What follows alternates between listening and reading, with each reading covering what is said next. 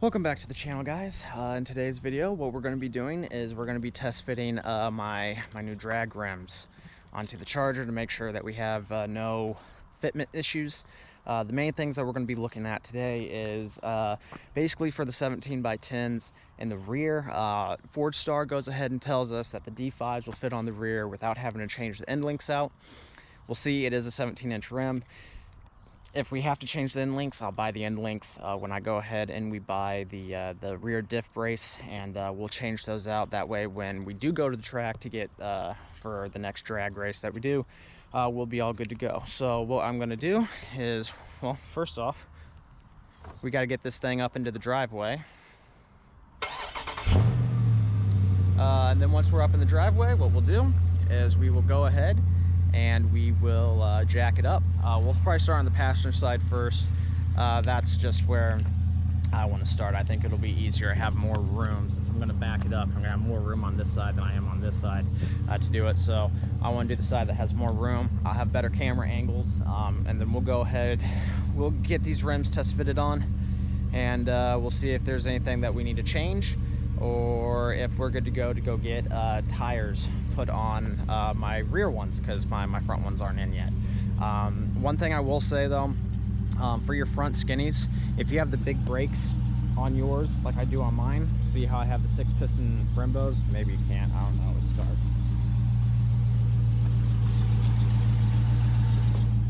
Since I have the 6-piston Brembos and I'm going to be running an 18-inch rim in the front, when they put the little weights in there, you have to make sure that those weights are going to clear your Brembos, otherwise they'll catch and they will scrape. So let's go ahead and we'll get the Charger up here in the driveway, and we'll start jacking it up and getting these rims on.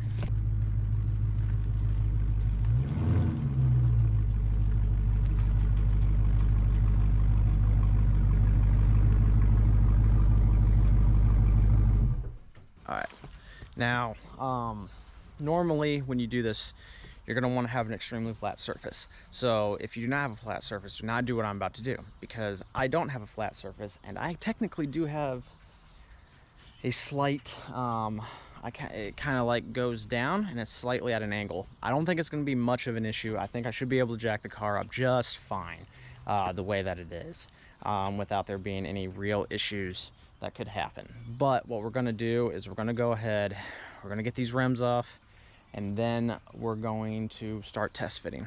Cool.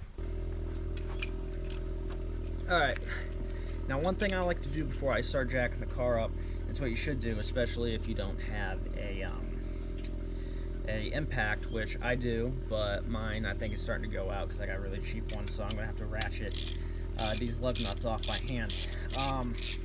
What I have here is a 1/2-inch socket ratchet with a 5-inch extension, and then I believe this is a 7/8 actual socket. So a 1/2-inch socket wrench, a 5-inch extender, and then a 7-inch socket. And what we're going to do here with this is we're just going to start taking the lug nuts off with this, just loosen them up, and then we're going to jack the car up. Because not so much for the rear tires, but for the front ones, if you jack the car up and the wheel's not touching on the ground and these lug nuts are on here super tight, you can actually like spin the wheel, and it just makes it that much more difficult. So I always start with taking at least loosening the lug nuts first, and then jacking the car up. So we're gonna do that.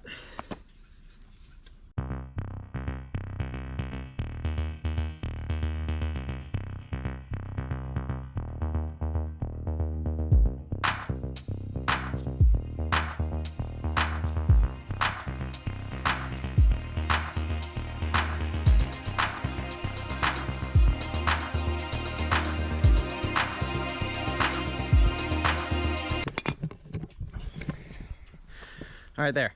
Now they're loose. Whew. Wow, a couple of those were tough. Ooh, bump is a little out of shape. Now that those are broken loose, we can go ahead, get the jack out. We'll jack this side up. Also, be safe. Put your emergency brake on. I didn't do that, and I know I didn't do that because when I was taking these lugs, when I was loosening these lug nuts, the car was going back and forth. So I'm gonna go put my safety brake on. Make sure you do that. All right, I picked this jack and jack stands up from AutoZone the other day, like $100. It's a 2.5 ton set, which this vehicle comes in at just about 2 tons. So it's about the smallest one that you can get for this car. I do plan on upgrading later. This is just for going to be for normal stuff. I'm going to get like an actual one that's just dedicated to this car for when I go drag racing. So, but yeah, I think the way I'm going to do this is I'm going to lift the front end up first, and then we're going to do the back end, and then we'll finish taking these lug nuts off, and yay, we'll get these put on the car. Let's do it.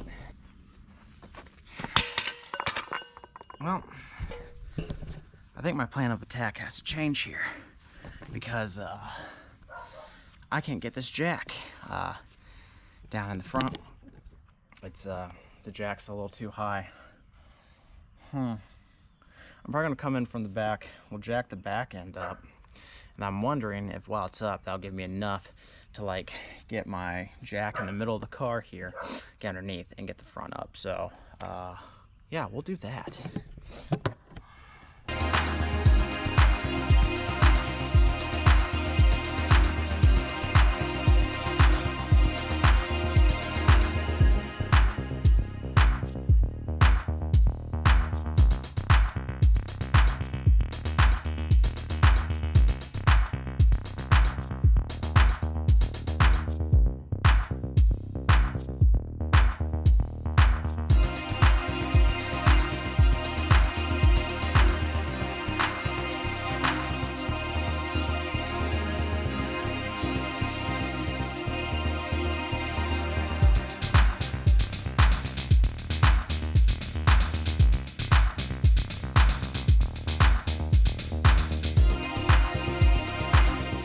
All right, guys, we got it lifted up, so I'm going to pull these rims and tires off, and then yeah, we'll put the new ones on and we'll see how it goes. All right, we got the first rim off, and I'm only showing you this because see this mud in here? That's still from my accident. there's still mud in here. That's hilarious. All right, test fit this rim. Yeah, so we're definitely gonna need to get shorter end links. I don't know if you can see that, but I mean, that's basically right there on the money. So next up for the rear is get the shorter end links. We'll get that done, and that should be able to drop that just so, you know, and we'll be able to run this rim. But yeah, so shorter end links for the rear. We'll go ahead, we'll get this front one done, and then we'll double check the other side just to make sure the same thing. All right, so here we go. Front and rear been tested. Like I said, we're gonna have to get the different end links because it is right here. It's just barely touching it. Shorter end link should take care of that.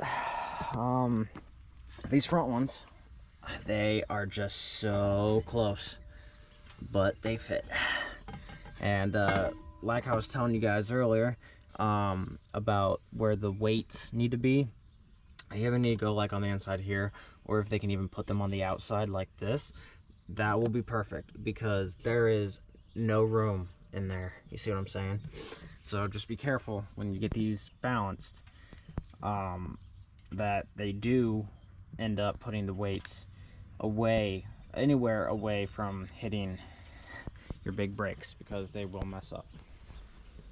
All right, so I think we're gonna do the other side, and then yeah, we'll call it good. But yeah, this is looking pretty good right here, don't you think? It's looking pretty good. Cool. All right, battery died in the other GoPro, so I wasn't able to show the other side. But same thing, front's cleared great. Rear was slightly touching the sway bar at the back. Charger's in the garage though, so I asked a question on my Facebook group, and I talked to my friend who has a wide-body Challenger Red Eye, and apparently because the rims I ordered was for the narrow-body Challenger, they didn't recommend the bead locks, but they're only recommending the bead locks for the wide bodies. And the bead locks apparently will clear this rear sway bar with no issue. So I'm gonna call Forgestar, since I ordered the rear through Forgestar, and ask them if they think that I need to get a set of rear bead locks for the car, or if I should be able to get away with just changing out the end links and be able to get it. So we'll have more on this later, but I definitely want to get that figured out before I get the tires mounted and balanced, and I definitely want to get figured out quick because race season is here and I want to get to the track as quick as possible. So if you guys have any suggestions or comments about this, put them down below. I'd love to hear them. Like I said, I want to try to get this done as quickly as possible. So yeah, thank you all for watching. If you like this video, give me a thumbs up, leave a comment, you know, let me know what you're thinking about the bead lock versus non-bead lock, end links versus non-end links, or maybe I can get a spacer and fix it. I don't know. Let me know what you think. And yeah, if you're new to this channel, why don't you go ahead and hit that subscribe button, because we're only going to keep having more content on this thing. So we'll see you soon. Bye. Hey guys, so really quick, after talking with my rim dealer and Forgestar themselves, I figured out the best course of action for the rims that were hitting in the back is going to be to replace those. So like I said, I originally got those rims for my Challenger, which was a narrow body. It was a 2016, and those 17 by 10s with a, what is it, I think it's a -37 offset. Those were built for a narrow body Challenger or Charger, so that's why they don't fit on the wide body. So the only rims that Forgestar offers for the wide body right now is the 17 by 10 0 offset bead locks. I've already got a buyer sort of kind of lined up for the non-bead lock rims, so we're gonna get those sold, and then as soon as I get those sold, we're gonna go ahead, we're gonna order the bead locks. So I'm imagining maybe in like a week or so I should have the bead locks in. But other than that, our skinnies did come in. They came in yesterday, yesterday. Yeah, so they're here. Yeah, nothing too exciting, you know. They're just front. They're Mickey Thompsons.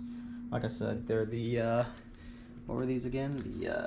The Sportman SS, something like that. So these will be going on the 18 by 5s in the front, and then of course we got the big tires. So yeah, once we get those bead locks in, we will get these tires put on the rims, and we'll go racing. So yeah, little update, but thanks for watching. We'll see you soon. Bye.